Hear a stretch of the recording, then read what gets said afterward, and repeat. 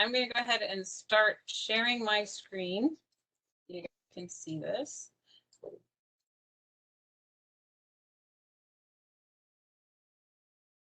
Okay. So we are going to be talking today about community-based air quality research, which I'm really excited to be able to talk with y'all about today. As Georgianne mentioned, my name is Dr. Kelly Albus, and I am with the University of North Texas. And some of my colleagues and I have been working with communities on air quality, and also we are going to be working more with the PMAPS project this summer for teacher professional workshops. So I'm going to be talking to you a little bit about some of the preliminary work that we've been doing, and then I'll fill you in a little bit on the program that we're going to be doing this summer. So just to get started, there are three main sections to this presentation. And so as you saw on my presenter page, thank you for that, Lori, that was awesome. This is the UN, the United Nations Sustainable Development Goals. And the three that are kind of focused on for this presentation are also a good talking points for the project as a whole. Air quality, and for this we're talking about good health and well-being, but also we're talking about something that is a global resource. So this is an element of stewardship. And also, what is your agency or your ability to enact change when you're talking about something that is a global resource and a shared problem? How much can one person do to protect their own good health and well-being? And that's an element that comes up with something that's public health related, like air quality. So this is where we get to the community-based element. This is where we have to, for community research, it's not so much about going in and educating them about the issues. It's more about trying to engage the community in their local needs become part of the research. So this isn't a top-down approach of going in and telling other people, hey, this is the data that we need. We want you to collect it. We want you to tell us, you know, the information, and then we'll go do the research. This is more of a co-created project where we are working with the communities, trying to identify their needs, their priority areas, and then also explore different ways of knowing. More people, like there's knowledge out there at a neighborhood level or at a citywide level that researchers and scientists aren't privy to. So this is also making better science by getting more localized, eyes on the ground kind of data. And then also their impacts on people. How are these projects actually impacting the communities that we're working with? And then this gets us into the PMAPS for Texas program, which is that National Geographic project that we were talking about.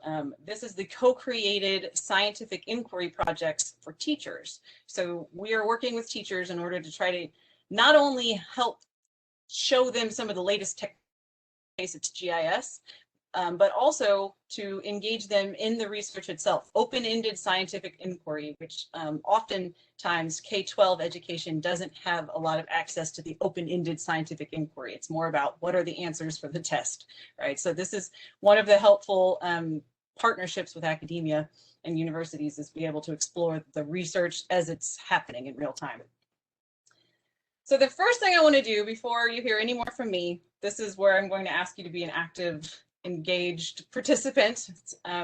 So switching roles here from listener. I want to ask you, if you had to say the first thing that comes to your mind about air quality, what would it be? So like a word or a phrase, what is air quality in your mind? And you can type this into the chat, and then I will try to see kind of where you guys are at with air quality in your mind right now. So one response of smog. Smog, okay.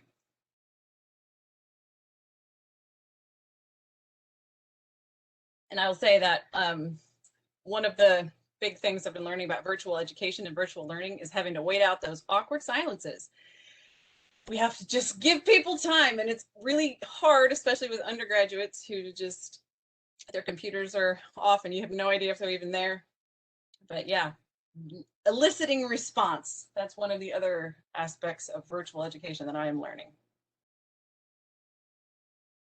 So are there any other comments in the chat? Particulates, personal interest downward, and Midlothian. Ah, okay. Okay, interesting. Personal interest? Is that what one of them was? They were just saying that they have a personal interest Got- downwind of Midlothian. Oh, I get it, the whole thing. Gotcha. Interesting. It's pretty specific.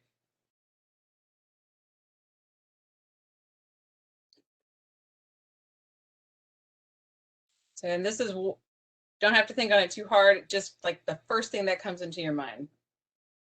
I'll just give it a couple more minutes.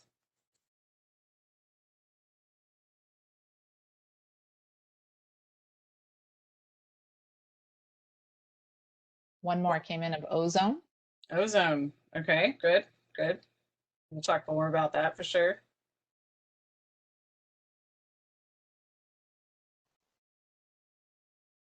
All right, this is your last Jeopardy countdown, and we'll move on.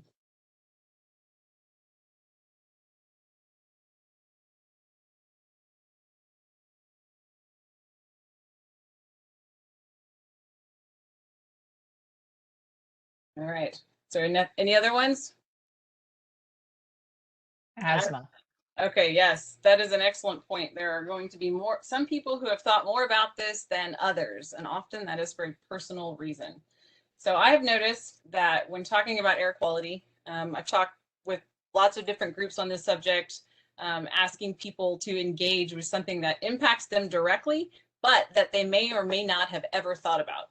So air quality is something that you may not think about unless you have reason to, which is often a negative thing, like you live in an area with major pollution problems or you have breathing difficulties that make you have to be more aware of it.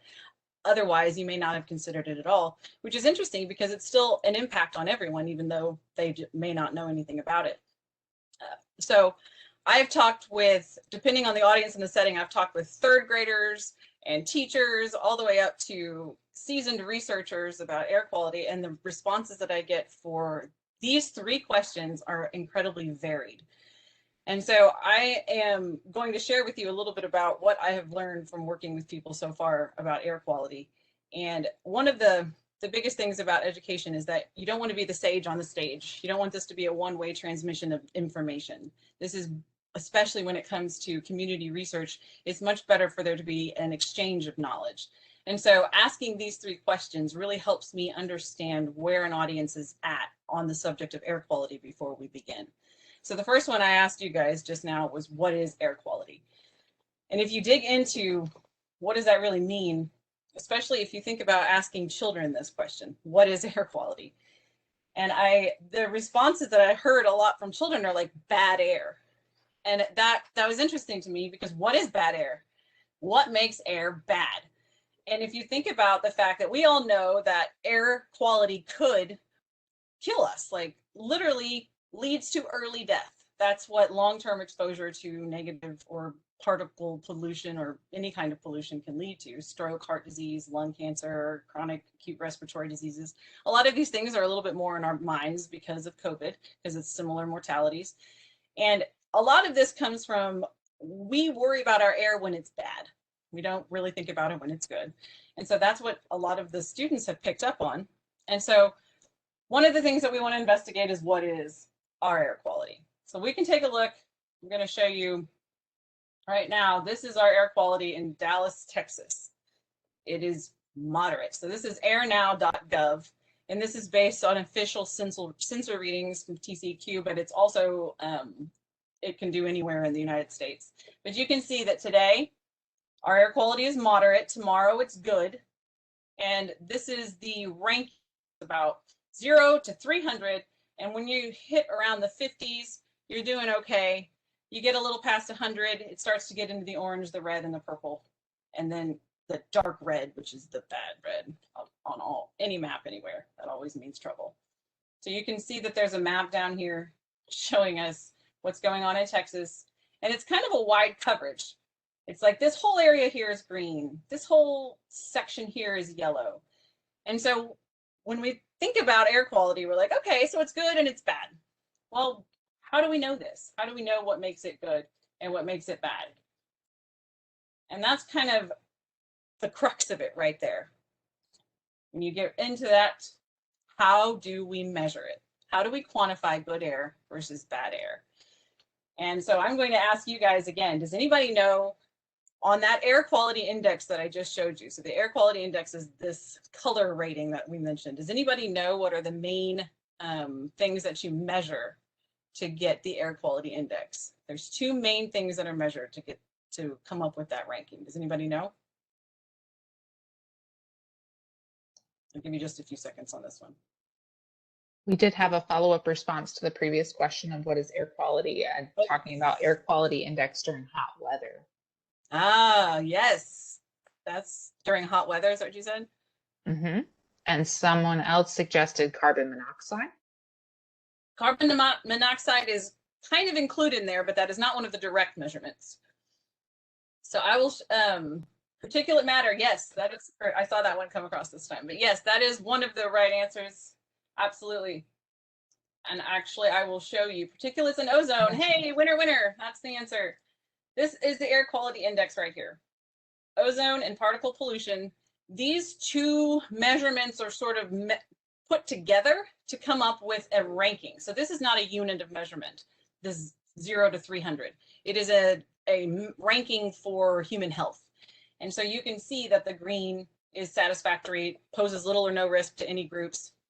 But when you get to like the oranges, this is sensitive groups may experience health effects. So this is the people with the asthma and the COPD and all of those issues that could make you more sensitive to bad air. So getting up here, everyone is affected. Everybody, especially over long term, will, you know, end up with some sort of human impact. So that is what we're measuring when we talk about the air quality index. All of this to say, these are the things that determine what we consider to be bad air, is ozone and particulate pollution. So what is ozone?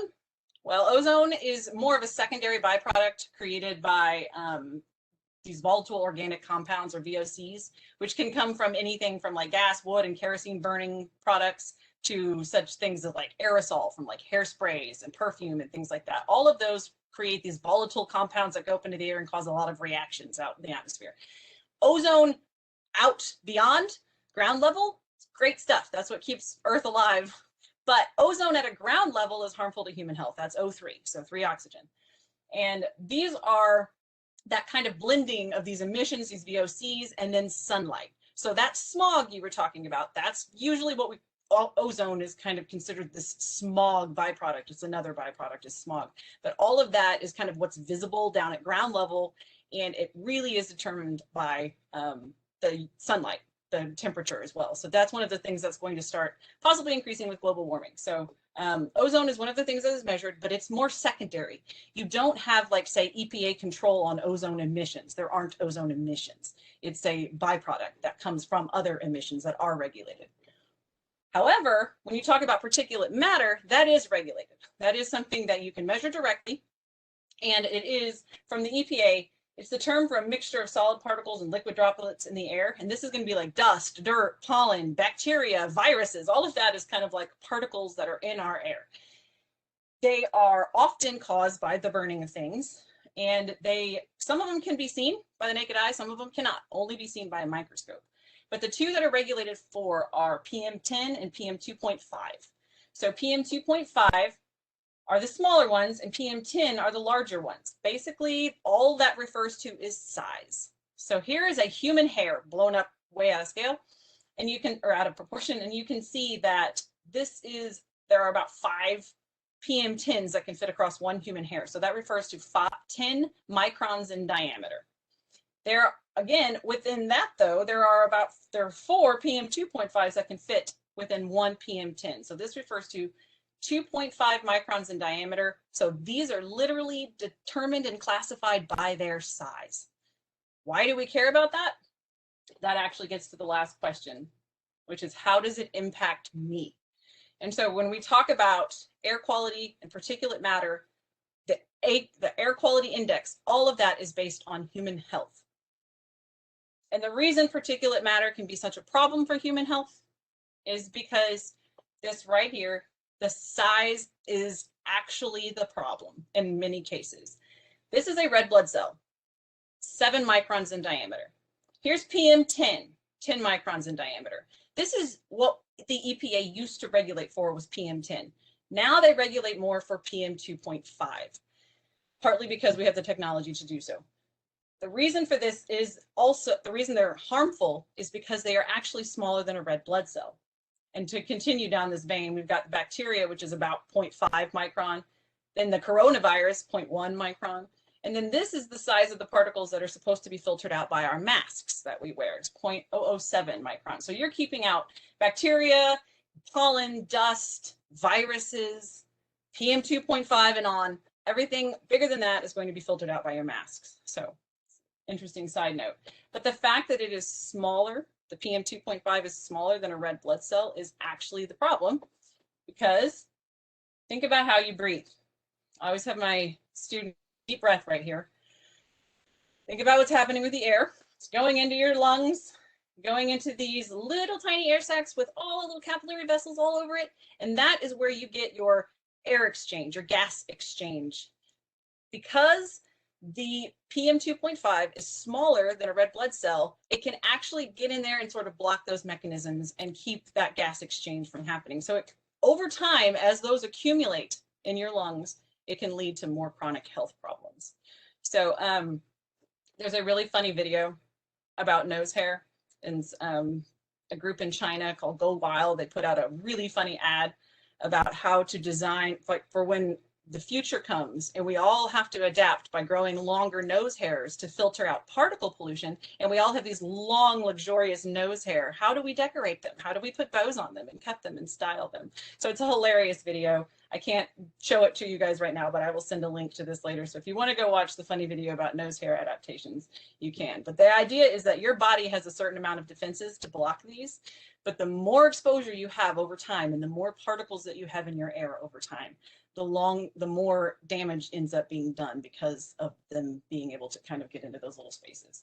So kind of a funny little side note, but the human impacts of particulate matter pollution is what makes it such a focus for the air quality index and other these low cost sensors that we've been talking about for this. So what causes PM 2.5 pollution? Lots of things that you probably can look outside your window and see right now. In fact, that's one of the things that we have our students do, is try to find them in their neighborhood, some of these sources. Anytime that you burn anything, or organic material, burning of organic material, bonfires, barbecue, including those large industrial operations that you think of as, spewing plumes of smoke into the sky, all of that, those are the burning, that combustion is what's causing particulate matter to go up into the air. Traffic, that is one of the most widespread forms of combustion, happening everywhere all the time. So idling cars sitting in traffic, driving anywhere, all of that can end up producing particle pollution. And then construction. North Texas is just covered with areas that are under construction right now. Road work, new buildings, anytime that you have an open field with no cover crop on it, you're going to get dust coming up in the air when there's wind. That is a source of particular pollution. So you end up with open fields under these construction. You also end up with all of the equipment, the stone digging, all of that puts these particles up into the air and can lead to more particle pollution in a more localized area, which is really important to think about, is that thinking small. There can be big changes over small spaces when you're talking about air quality. So anything from lawn mowing, leaf blowing, like I said, barbecue. So all of this can be happening right next door to you. I have chickens. My chickens kick up a lot of dust. My air quality sensor is right next to my chickens, and you can tell when they're active. It does make a difference. These little localized scenarios do change air quality more than we might have realized. So when you start to look and you start to pay attention to what might be a particulate matter pollution near you, you end up getting an interesting idea of your local perspective on air quality, one that may not be known by anybody. And this is where we get to the community-based part. How do we get this information? How do we, in the PMAPS part, how do we find out more? And this is where it can be fun. So I will show you my screen real quick.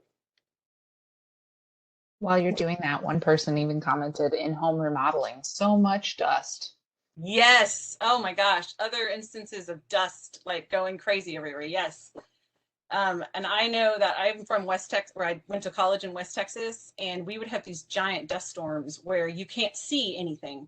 And they were saying that a lot of the dust that's coming is from the Sahara. And so it's not even necessarily our dust. Dust comes from all over the world and can be deposited anywhere. One of my friend's dads, he's a professor who studies dust.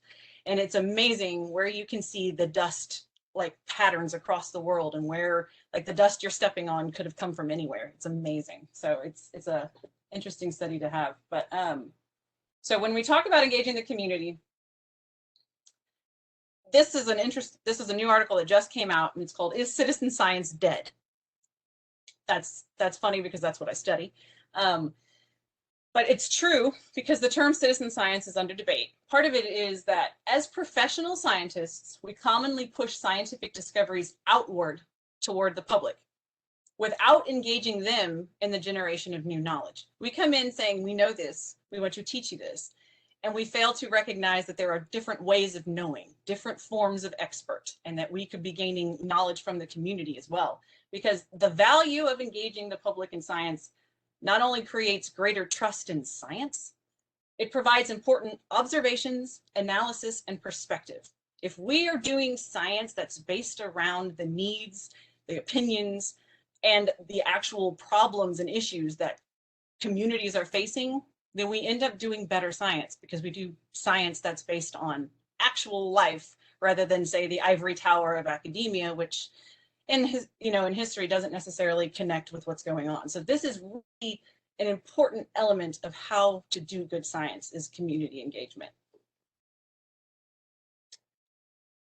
The data is out there. That is another really important aspect of this. And I'm going to show you what I'm talking about. So this is the map that we were talking about with the air quality index. If we go to, this is on Esri. Esri has a living atlas, and this is actually the OpenAQ data. So OpenAQ is a group that's trying to put together all of the open source data that they can find on air quality and put it all into one map. So you can see this is what's going on in the United States. The less than 25, this is just for PM 2.5. So less than 25 is the blue color, and then it gets more red as you go up. So you can see in Mexico, it's not looking great. And then in the United States, we have a few pockets, but for the most part in our area, in Dallas, we've got the blue color, less than 25, so it's pretty decent. But look at this huge part of Texas that has no information at all. If we look across the world, we can see, no surprise here, bad air problems in China. But you can also see that there are giant gaps of knowledge here as well. We just don't necessarily know what's going on.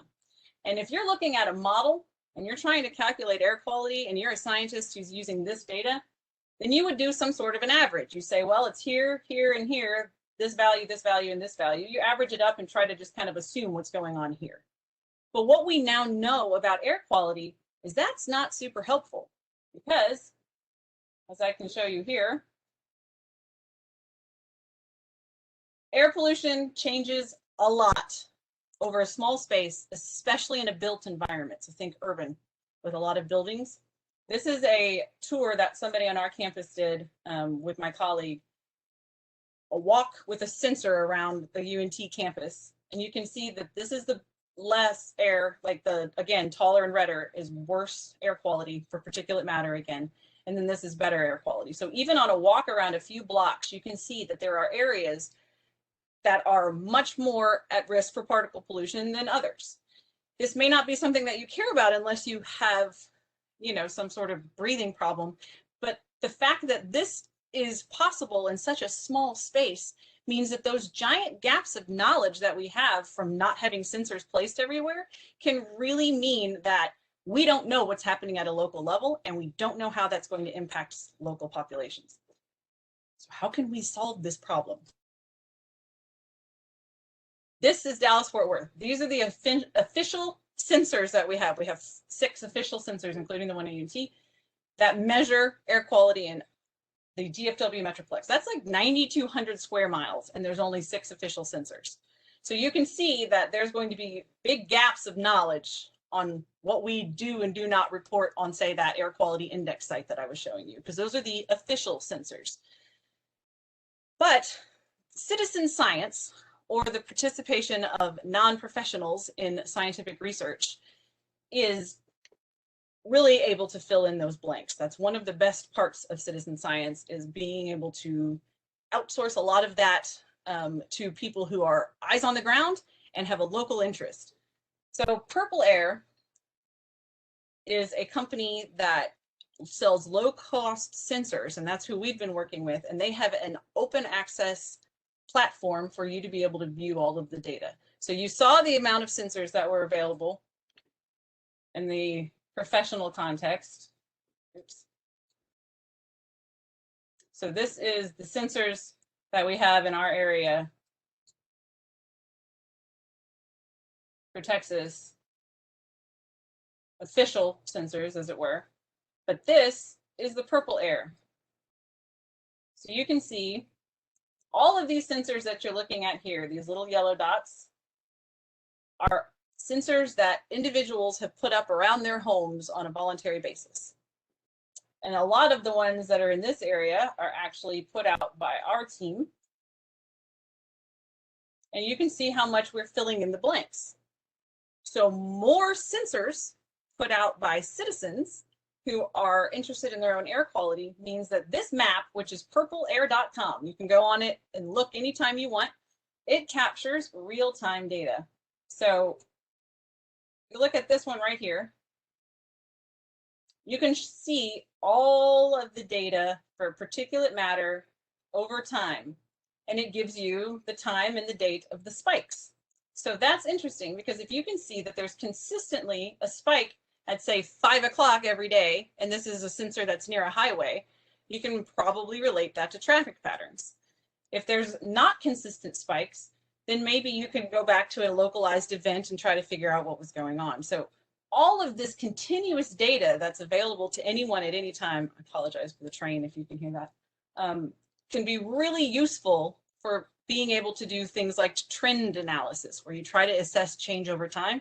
And when you're talking about things like climate change and population growth, what you really need is trend analysis. So you can actually see what impacts this population growth is having on the area by seeing what it was before and what it is now and how it's changing over time. But to do that, you need a lot of data. And so this kind of data can really help fill in the blanks for what is not being covered by the official air sensors. So let me find my screen again.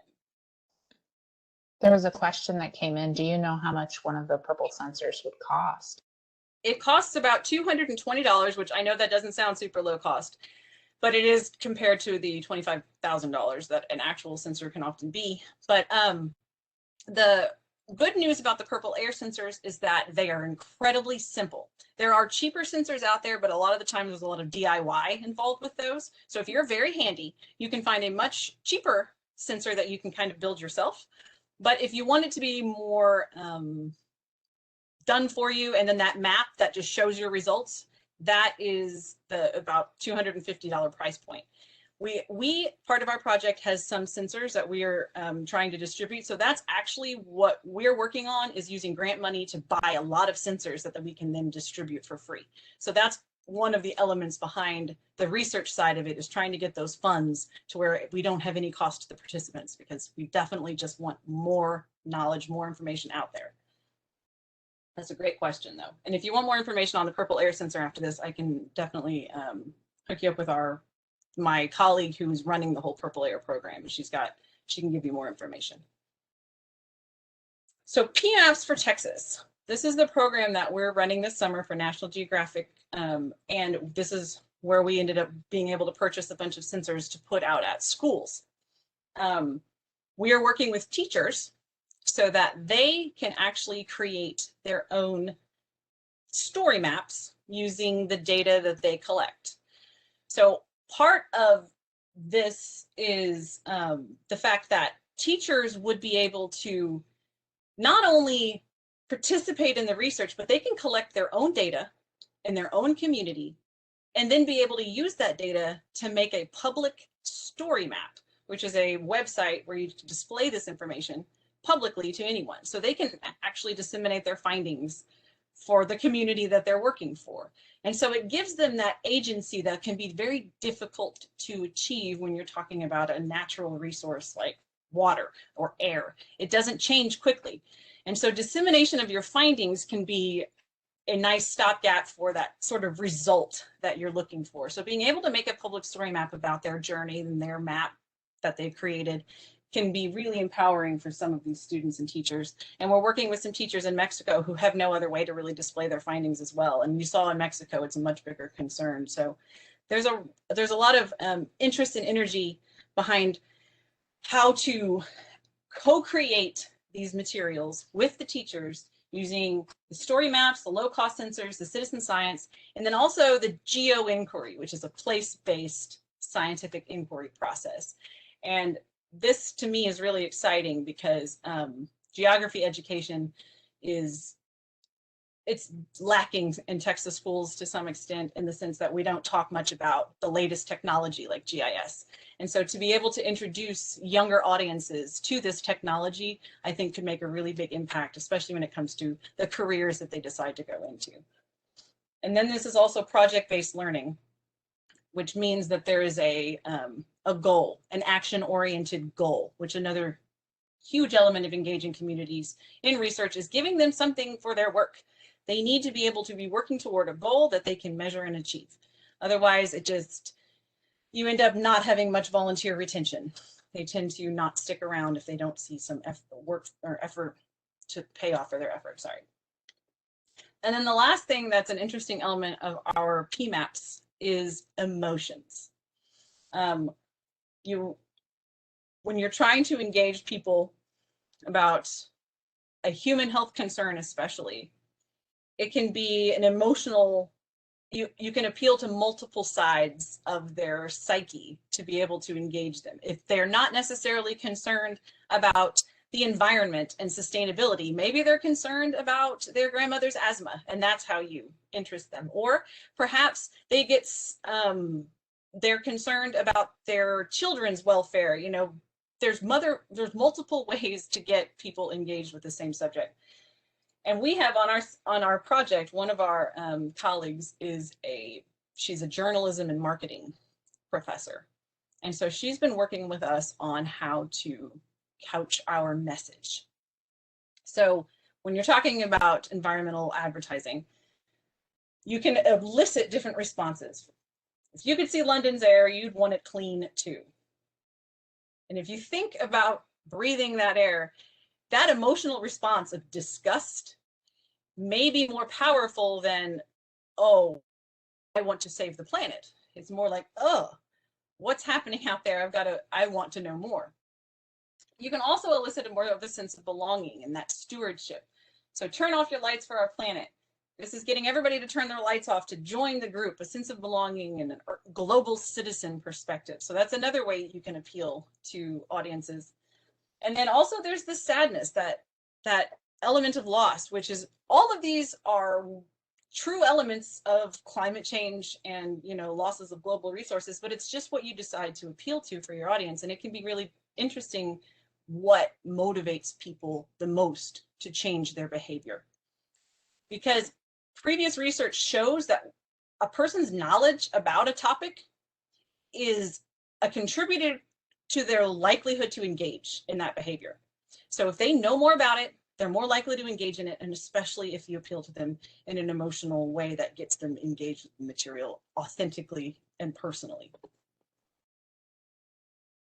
So what are we doing on this front? This is actually really fun for me because I've never seen anything like this, but my colleague, this is her up in the corner, she has this software called iMotions. And what it does is we can record responses of our participants in our project, and then the software is able to analyze their emotional responses to our content. So this is a non-biased way. It's different than filling out a survey, which is self-reported. You get to have, like, you've watched the video, you analyze it, then you decide what you want to report on a survey. This is raw, direct, non-biased feedback from their initial reaction to watching content. And so say they were watching a video on greenhouse gases. It looks like this. As she's watching the video, there's, you can't, I don't know how well you can see it, but there's little dots all over her face. So it's measuring where her face is moving. And then it shows emotions.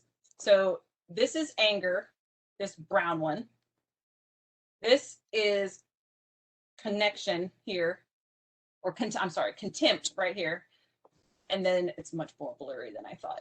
Sadness is this blue one. And like you can see here that all of her emotions spiked in this one spot of the video. So you would be able to go back to that spot on the video and say, this is the part that elicited this response. And so showing this to teachers and students across North Texas, you could end up getting an idea of what triggers certain emotions in participants.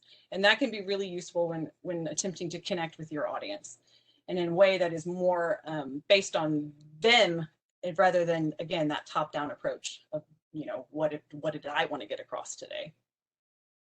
And so it's a really exciting thing to be able to see some of the feedback that we get, the authentic, non-biased feedback that we might be able to get from our participants.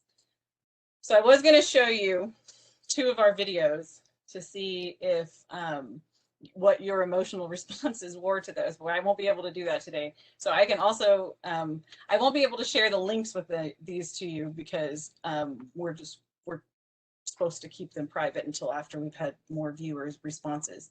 But I will be able to share them with you guys after this summer sessions are over, so you'll be able to do it then. Sorry for the wait on that one, but they are designed to make you feel a certain response to see if that's actually what we get. So again, how disconnected are we from, like, we put it together for this emotion. What emotion do we actually see from that? And then we are asking them a survey to see if what they reported matches their actual emotions, which I think is a really interesting way to analyze this, because people may not be aware of what their face is displaying, which is another element of this, is how much do we display on our face. So lots of layers to this, but that's what happens when you try to authentically engage the public in a project, is you really have to be flexible. You have to be open for discussion. I find that when I go in there with a real agenda and a purpose, and I need this particular kind of data, it does not go as well. It works much better when I go in there with the idea of, I am here to help us do what needs to be done for this community based on your needs and your interests. So I'll share with you really quickly the website for our project. Nope, keep doing that.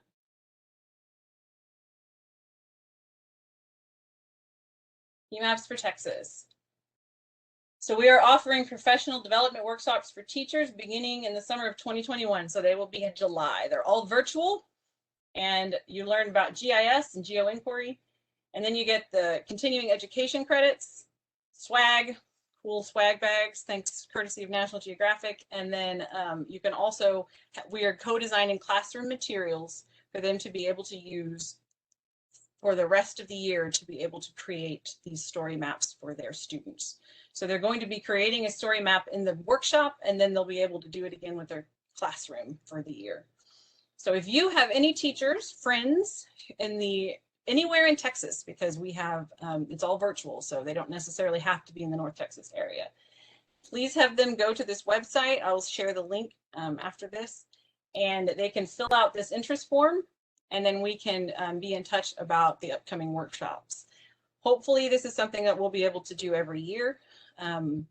So even if it's not necessarily something that you can do this summer, or you know, your teacher friends, then make sure you go ahead and fill out the interest form, and that way you can join the mailing list and hear about more updates and stuff too. So we are also going to be moving into water quality next, because all of this has to do with being able to use that data and create your own community-based project around the information that you want to collect and share with the public. So these are the dates and all the rest of the information there. So you guys can feel free to share that with anybody that might be interested. And that is pretty much it for me. So I will go ahead and open this up for questions right now if we have any. And then we can finish off. I have a little activity that you guys I'll share with you as we leave if you want to do that on your own in between. So I guess I'll open up for questions now if there are any. I will stop sharing my screen as well.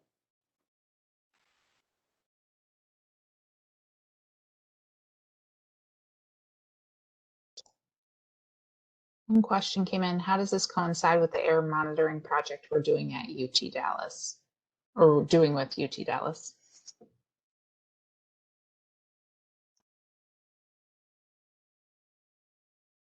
And I think you might be on mute. You're right. Sorry about that. So I'm sorry, I missed the first part of that question. What was it again? How does this coincide with the air monitoring project we're doing with UT Dallas? Oh, okay. There are multiple air quality monitoring projects going on in the area as from different universities, because I know that my colleague, Dr. Lu Liang, she's the one who is the geospatial scientist. This is her air quality network that we're working with. And the reason we're using Purple Air is because she has calibrated her network with the professional sensors up here. And so that's why we're going with that at the moment. Plus it's real-time data that's easier for the teachers to access and more visual, and we know how to utilize it. But we are hoping to be able to kind of branch out and connect with other programs in the area moving forward. And so, yeah, that would be something that getting in touch with other areas and other programs, all of that just means more data. So that is definitely next steps. Hope that answers your question. Go ahead. Kelly, yeah, this is Lori. We are working with Dr. David Lori at UT Dallas to get some sensors put on our campuses. So I think Tara Urbanski had asked that. So yes, we are participating in a similar project. Cool. What kind of sensors they are? I'm not sure. One of my colleagues is working on that, but they're having to be hardwired with Ethernet access and, you know, all of that. So we've run into a couple of roadblocks, but we are participating. It's just taking us a while to get ramped up. Yeah, that's actually that's really an interesting component of this, because I showed you a lot of those areas where there aren't sensors, and one of the reasons for that is because accessibility. So being able to get a sensor in a rural area where there's not necessarily a Wi-Fi connection or, you know, an Ethernet connection or power source, that's also a challenge. And so one of the elements of the grant that we wrote, we actually got solar powered Wi-Fi or solar powered connections for power and a like Wi-Fi satellite setup to where we can end up doing these in rural settings. And so that was extra expense so that we could put them at outdoor learning areas. Like here in North Texas, it's at Lila. And then we're going to put them at other outdoor learning areas near San Marcos, because these are the places that the schools go to on their field trips. We want them to be able to see the sensors. But also, these are very green spaces in the center of cities. So it would be really interesting to see if there's variation between the urban areas nearby and then these green spaces where they've been cultivating like native prairies and, you know, old growth trees and things like that. So it would be the more technology we can get to go in these more remote areas, the more we're able to fill in those blanks again.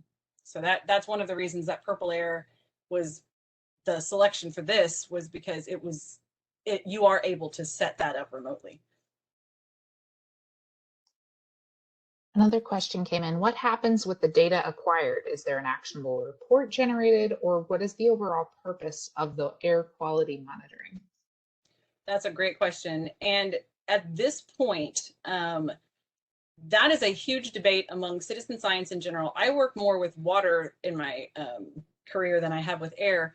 And it's the same debate that if a volunteer or a non-official or non-sanctioned sensor, probe kit, whatever it is the mechanism that collected the data, is it actionable by a government entity? And that is lots of debate there. So these data sets right now, at this point, the importance is getting that knowledge out there. So we are focusing on dissemination of knowledge and engaging a broader audience. And that is the focus of our PMAPS project. But when you talk about getting more information about your air quality and filling in those blanks, that any researcher anywhere who can go to an open access database to be able to gather this information, the more information is in there, the more they can use to create these, you know, their studies. And so it's the advancement of generalized scientific knowledge on one hand, and on the other hand, it's a more localized knowledge for people who want to be able to be aware of what's going on in their area. As far as actionable, what kind of, you know, government legislation, policy, that kind of thing, that is a gray area that a lot of people are working in right now. It's a great question.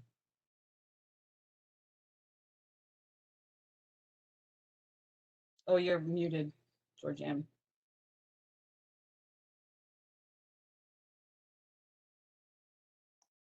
You're still muted.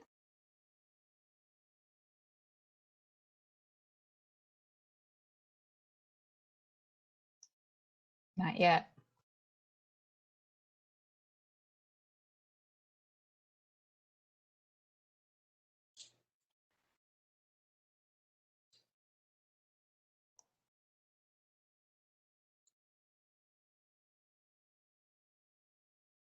While she's getting her sound to work, there was one other comment that came in about Midlothian Breaths is also working with Lou Lang at UNT to create a network of purple air sensors near the cement kilns there.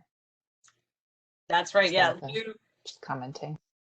That's an excellent point. Lou is actually working with several places. I know Louisville, they're doing some too. And then here in Denton, we have a few places too. So Lou is, she's the one I was talking about with her. This is her network.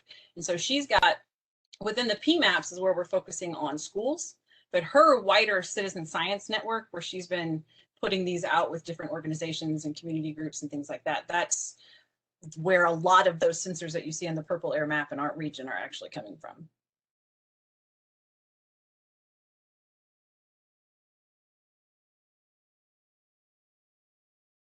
Excellent. Yeah. So if anybody has any more questions about the PMAPs or any of the information that I threw at you guys today, please feel free to shoot me an email. I can put that screen back up for you. With my email addresses.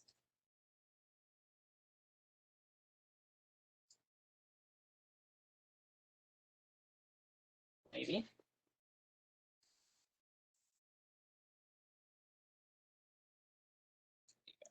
Okay, there's another question. I think Georgianne was trying to ask, what about the marketing messages? Will others be able to use them, or are they copyrighted?